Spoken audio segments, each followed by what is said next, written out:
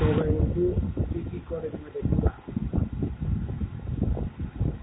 आज post graduate degree course under CBCF in Urdu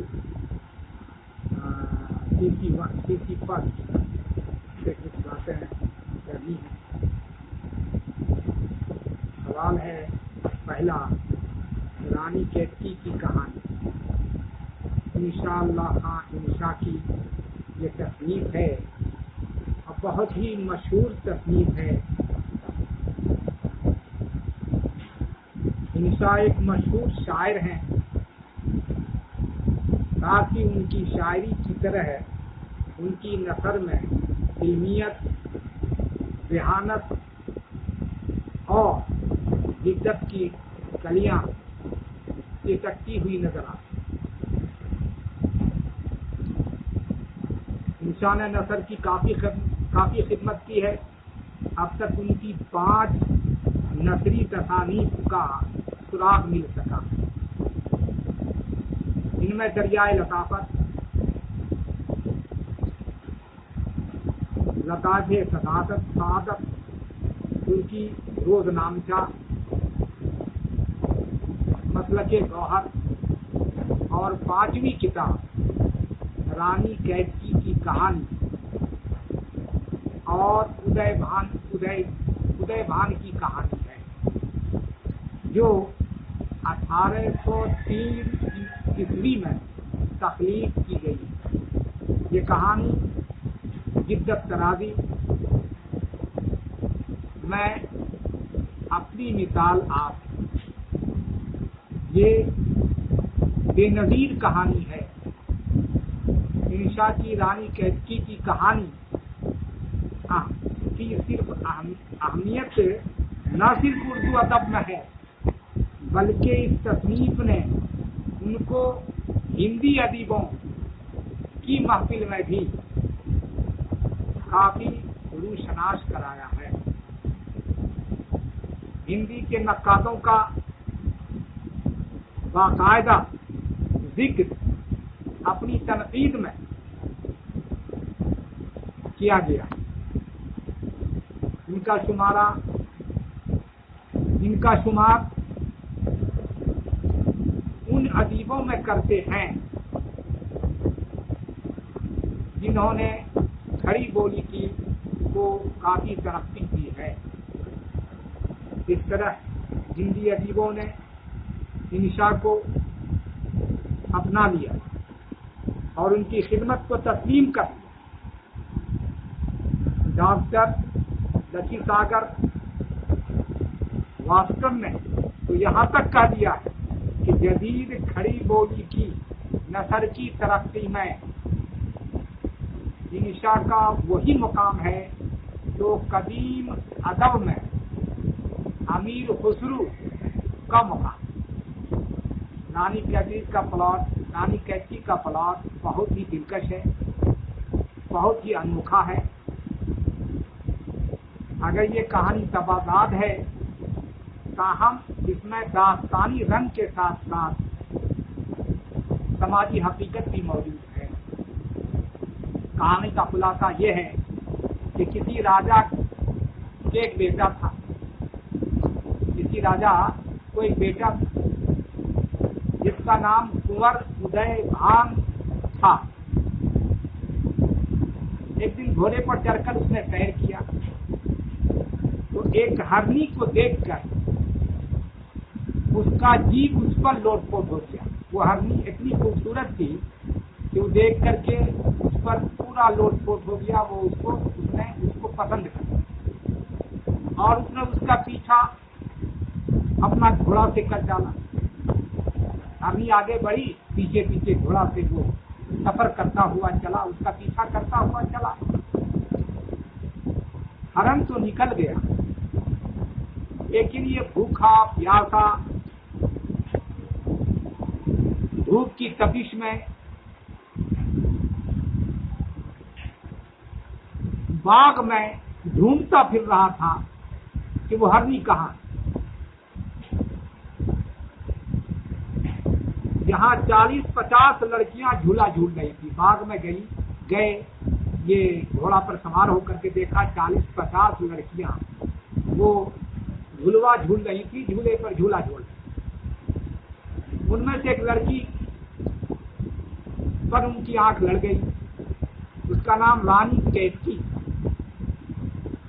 वो भी कुंवर पर फरिश्ता हो गई, क्योंकि कुंवर भी देखने में भोला भाला खूबसूरत जंगचैप था। दोनों एक दूसरे का हाल जानकर आपस में अंगूठियां एक दूसरे से बदल ली।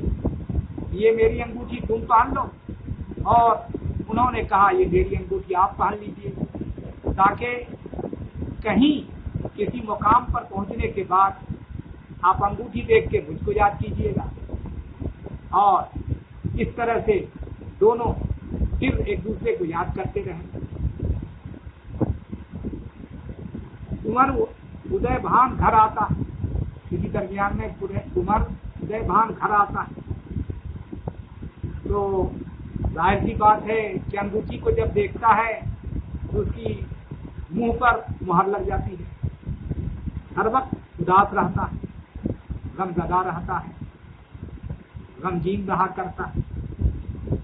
माँ बाप को उसकी खबर होती है कि आखिर ये बच्चा क्यों गमज़दा रहता है, क्यों फिक्रमंद रहता है, इसकी क्या वजह है। तो वो रानी के माँ बाप के पास बेटे की शादी का पैगाम भेजते हैं।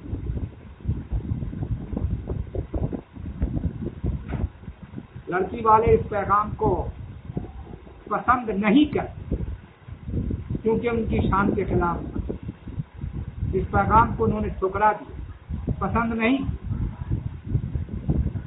इस बात पर दोनों राजाओं में लड़ाई ठन गई, मारका आराई गई। लेकिन चाहने वाले इस पर एक दूसरे को चाहते रहते हैं। उस लड़ाई का फर्क इन दोनों पर कुछ नहीं पड़ता। और इस लड़ाई के जमाने में भी पैमाने मोहब्बत की तजदीद होती है। वो पैमाने मोहब्बत को तजदीद करते रहे। दोनों तरफ की फौजें यानी राजा उदय भान और प्लस रानी कैटकी के वालिदैन की तरफ की फौज मध्य मुकाबिल खड़ी हो जाती। तो रानी कैटकी का बाप राजा जगत प्रकाश अपने गुरु को मदद के लिए तलब करता।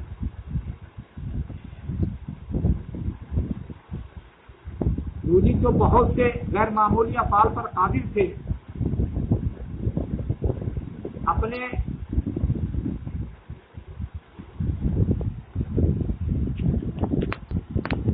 रानी कैटकी का बाप राजा प्रकाश अपने गुरु को मदद के लिए तलब करता है। जो बहुत से गैर मामूली अफआल पर ये कादिर थे। अपने 90 लाख अतीतों या शागिर्दों को लेकर मैदान में आ जाते हैं। राजा सूरजभान की सारी फौज उसके साहराना कृष्णों से तितर बितर हो जाती है। और गुरु जी के मंत्र से उदय भान और उसके माँ बाप हरनी बन जाते। रानी कैटकी फराक के दिन रोने धोने में काटने लगती है और आखिरकार चंद्रभान की तलाश में निकल खड़ी हो जाती है। राजा जगत प्रकाश पहले तो खुद उसे ढूंढता है, लेकिन जब कामयाबी नहीं मिलती है तो फिर गुरु महेंद्र की मदद मांगता। गुरु महेंद्र आते हैं और रानी कैटकी को राजा इंद्र की मदद से ढूंढ निकालते हैं और फिर उन्हीं के बीच में पड़ने से दोनों का ब्याह तय होता है। बड़े ठाट बात से दोनों की शादी होती है।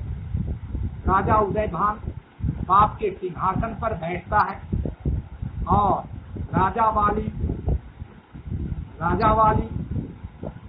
सुख से जिंदगी के दिन गुजर बसर करने लगता। इंसान इस कहानी में कदीम दास्तानी रंग खाए। इसमें कोई शक नहीं कि उन्होंने बड़ी हद तक रिवायत से बगावत की है। उसके बावजूद इंसान मादी से मुकम्मल तौर पर रिश्ता मुनक़ता कर दिया है। इंसान अपने अहद के मजाक से मजबूर थी। यही वजह है कि उन्होंने कहानी के ताने बाने में जावजा दास्तानों के रंग को भी शामिल कर लिया है। मसलन उदय भान का कदीम अहद के शहजादों का शिकार हो जाना,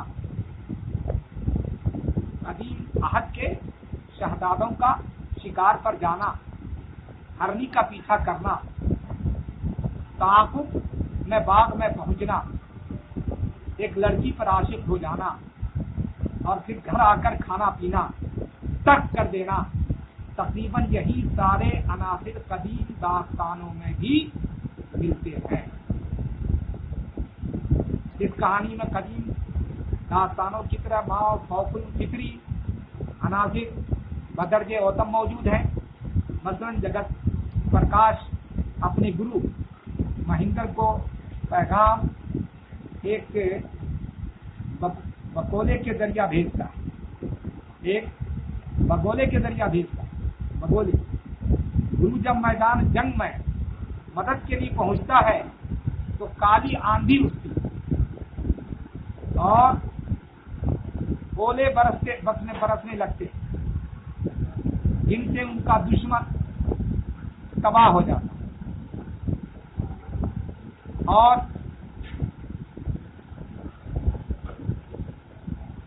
उसके इर्द गिर्द नीले पर जोड़े की बूंदों की नन्ही नन्ही फुहारें पड़ने लगी। उदय भान, सूरज भान और लक्ष्मी पान को हरन और हरनी में तब्दील कर देता। अभूत के मिल लेने से किसी को नजर न आता मगर उसे सब कुछ नजर आ जाता।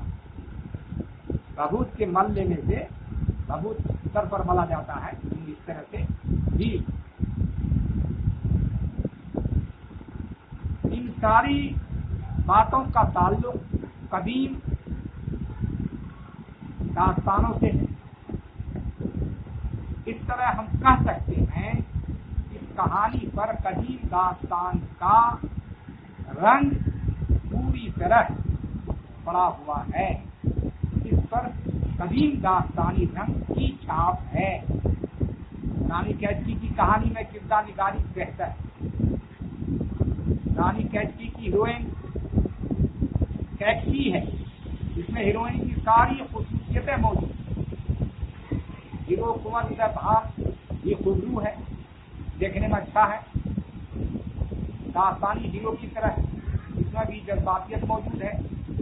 वो इश्क के दाम में असीर है, इश्क के दाम में असीर हो गया है और अपने होश व हवास को खो बैठा।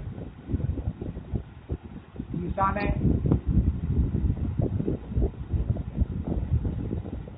मदनी बान के किरदार को भी निहायत होशियारी के साथ पेश किया। मदन कैची की सहेली और इसके सुख में वो शरीक, वो निहायत देहन और दूर अंदेश वाक़े है। उसने कैची को कुंवर से पहली बार मिलाया था। उसने दोनों की शादी भी कर दी और बात की पुख्तगी के लिए अंगूठियों का तबादला करा दिया और फिर बाद में लिखा पढ़ी भी कर दी। इस कहानी के दीगर किरदार मतलब जगत प्रकाश, सूरज भान भी बहुत ही दिलकश है। इसको पढ़ने के बाद, इस किरदार को पढ़ने के बाद पढ़ने वालों को अपनी तरफ मजबूर कर देता है। उन लोगों ने राजाओं के खुसूसियात का मुजाहरा मुनासिब अंदाज से किया। रानी कामलता और रानी लक्ष्मीबाई के किरदार भी इसी माहौल के मुताबिक उन लोगों ने रानी का रोल भी हालात के मुताबिक अदा किया है। पर्दे के कहानी की किरदार निगारी बहुत ही कामयाब और दिलकश अंदाज। रानी कैथी के कहानी में मुकालमे भी होते हैं, मुकालमे भी हमें जा बजा मिलते हैं। अगर इनका वो अंदाज नहीं है जो खास तौर से दौरे जदीद के ड्रामों और नावलों में हमें मिलता है। इस कहानी में मुकालमे अंदाज में मौजूद है। इस कहानी में मुकालमे अंदाज में मौजूद है। कहानी के दौरान इंशा ने दो किरदारों की गुफ्तगू भी दिखाई है। मसलन जब कुमार उदय भान बाग के अंदर दाखिल हुआ तो रानी कैथी ने कहा, सुनिए, इस अलग चले को भला क्या कहते हैं? जो तुम झट से देख पड़े, न जाना जो यहाँ रंदिया इतनी भूल रही हैं, अजी तुम जो इस रूप के साथ बेधड़क चले आओ, हो ठंडी ठंडी छा न चले जाओ। इसका जवाब कुंवरियों में देता है। इतनी दिखाइयाँ न दीजिए, मैं सारे दिन का थका हुआ एक पेड़ की छांव मैं ओस का बचाव करके पड़ा रहूंगा। बड़े तड़के धुंधलके में उठकर इधर को मुंह पड़ेगा, चल पड़ूंगा, चला जाऊंगा, किसी का कुछ लेना देना नहीं। गर्जे के रानी कैथी के मुकालमों में दौरे जदीद की टेक्निक नहीं पाई जाती है, बल्कि जिस तरह कदीम दास्तानों में मुकालमे मिलते हैं वही उसी अंदाज में कहानी में भी ये बातें हमें मिलती हैं। इंशा का कमाल ये है कि उन्होंने इस कहानी में मुख्तलिफ मुकामात पर कदीम हिंदुस्तानी तहजीब की झलकियाँ पेश की हैं। इससे ये पता चलता है कि उन्होंने हिंदुस्तानी तहजीब, इंडियन कल्चर का मुताला किस गहराई के साथ किया है। मसलन जब रानी कैथी और कुंवर उदय भान ने मुलाकात की और शादी की बात पक्की हो गई तो मदन बान ने कहा, अपनी अपनी अंगूठियां हेर फेर कर यानी अदल बदल कर लो और आपस में लिखवटे अभी लिख दो, फिर कुछ अचर मचर में न रहे। रानी कैथी की इस कहानी से उस दौर के मुआशरे पर बखूबी रोशनी पड़ती है। एक जगह इंशा ने दिखाया है कि शादी के मौके पर मुख्तलिफ घाटों को सजा दिया गया। इस सिलसिले में उन्होंने ये भी लिखा है, कदीम अहद में कितनी किस्म की नावें होती थी, यानी घाट को पार करने के लिए, नदी को पार करने के लिए बहुत किस्म की नावें होती थी। चुनांची इंशा ने फवारे, भूरिये और बजरे और लचके और मोरपंखी और सोनामुखी, श्याम सुंदर और राम सुंदर नामों का नाम लिया है। इंशा ने एक जगह दिखाया है कि जब उदय भान तख्त नशीब हुआ तो महफिल रक्स सुरूर गर्म हो गई, रक्स सुरूर की महफिल गर्म हो गई। इस मौके पर सांग, संगीत, घंटी, ताल होने लगा और यमन कल्याण, शुद्ध मकियान, रिजौनी, कांछड़ा, कलियाज, सोमनी, यट, रब, हाट, सोहट, कांगड़ा, भीरवी, खट, ललित और भीड़ियों वगैरह जैसी राग पेश किए गए। हिंसा की सारी तफसीलात से हिंदुस्तान के कदीम अहद पर रोशनी पड़ती है और हमें इस बात का इल्म होता है कि इस दौर की तहजीब कैसी थी, उस दौर की तहजीब कैसी थी, उसका तमद्दुन कैसा था, लोग किस तरह से रहते थे और शादी ब्याह के मौके पर किस तरह के जश्न का एहतमाम किया करते थे, जो हमने पहले आपके सामने आज किया है।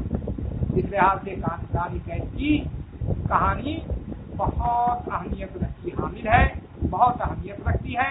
दरअसल ये कहानी इस दौर की एक तमद्दुनी तारीख, जो तहजीब थी, जो तमद्दुन था, जो कल्चर था, उसकी एक हिस्ट्री, उसकी एक तारीख मुकम्मल। हिंसा की तस्वीर रानी कैदी की कहानी लिखानी एतबार से बहुत अहम। ये कहानी खास खड़ी बोली में लिखी गई, एकदम खड़ी बोली है। ये हिंसा का कमाल है कि उनको अरबी फारसी जबान पर भी महारत हासिल है और उन जबानों के अल्फाज को बिला तकल्लुफ अपनी नज़्म में इस्तेमाल कर सकते हैं। वही इंशा जब हिंदी जबान लिखने पर आए तो अपनी तहरीर में एक लफ्ज भी अरबी और फारसी का नहीं लिखा, नहीं इस्तेमाल किया। ये इंशा की हुमागिरी और हुमाजहदी की एक आला मिसाल है।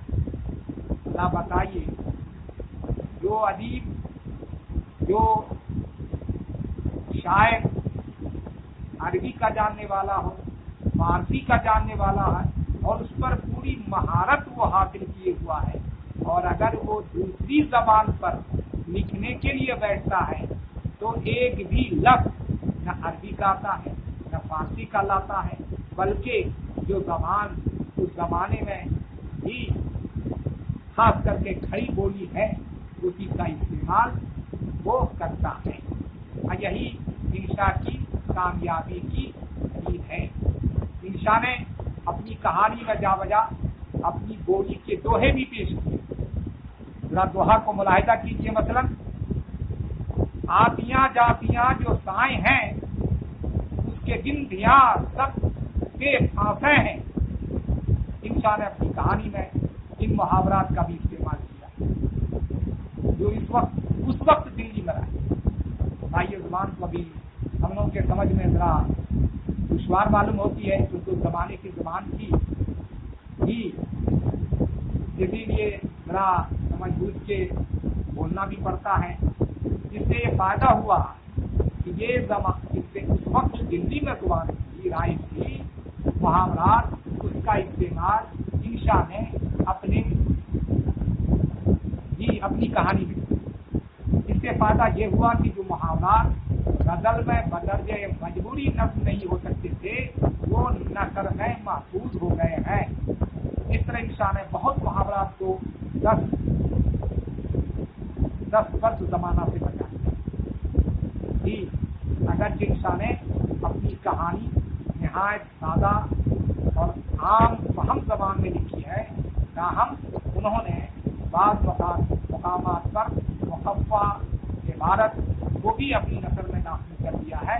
मतलब एक में सुनिए, पुराने घराने डाग बुरे भागिए खड़ाग लाए। एक दूसरा है उनको सुने